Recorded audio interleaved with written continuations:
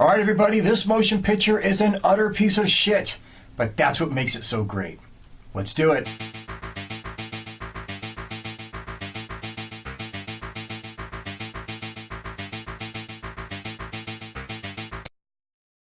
All right, today we're looking back at 1984's The Ice Pirates. It's a classic, it's a hidden gem, it's whatever the hell it's supposed to be. But before we go any further, as always, to the trailer. At last, the space comedy you didn't know you were waiting to see. The Ice Pirates. In the far distant future, in a galaxy where those in the know don't go, real estate is cheap, and they've got great sushi. But there's no water. You got any water? It is a time when desperate men will swing from the chandeliers just to get a drink. Just take a look at that. Good men like Jason, space pirate, and explorer of the cosmos. His chief engineer and fellow rogue Roscoe.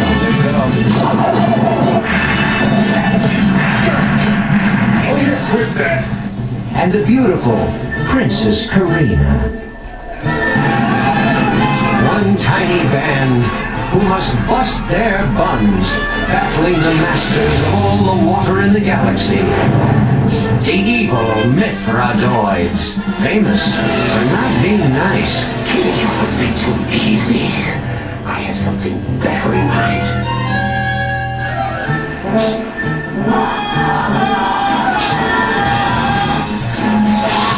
The Ice Pirates. See startling special effects. See depravity in zero gravity. See glamour girls from another galaxy. See kung fu robots. And delight in the mysteries of the seventh world. The one place in the universe to get a decent glass of water. Don't do that.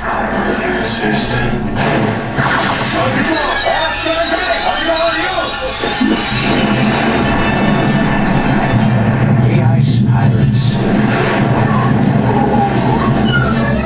A totally spaced adventure.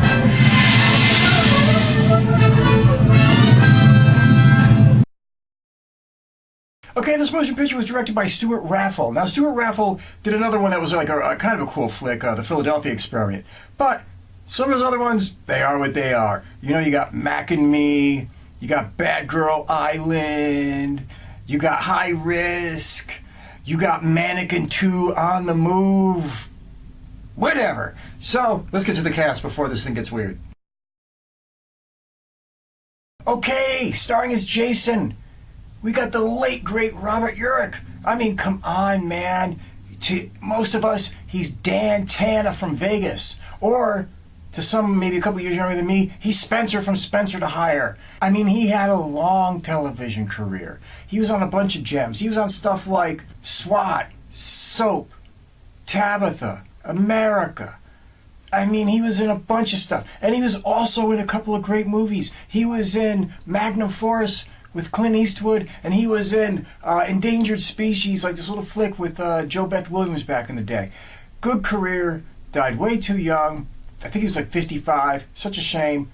Good actor. Well, you get to see him in this rocking what I think is a perm, for Christ's sakes. Whatever. Okay, playing Princess Karina was Mary Crosby. Yes, daughter of the Bing Crosby.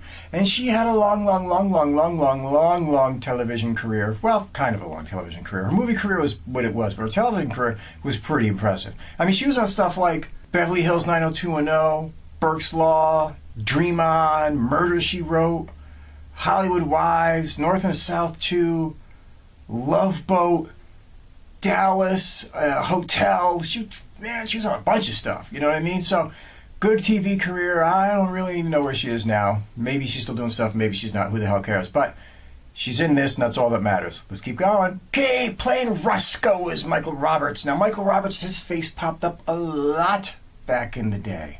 A lot back in the day. Really cool guy. He was in movies like A Star Is Born. He was in stuff like Street Kings, Hostage, Rain Man, The Hunter, Heartbreaker, Manhunter, and a bunch of TV shows that are way too plentiful to mention. But Been around for a long time, had a really, really, really, really, really long career.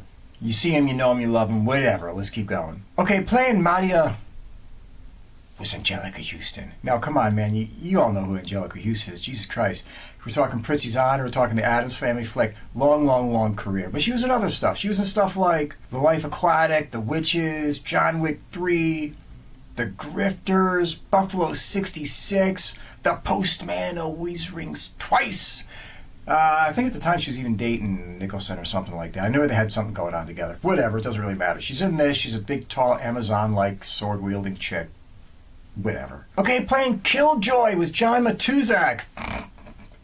Is what it is, man. You had to get a football player from hell in here somewhere. But you remember John Matuszak. He was big. He was jacked up on roids, and he popped up in a bunch of movies.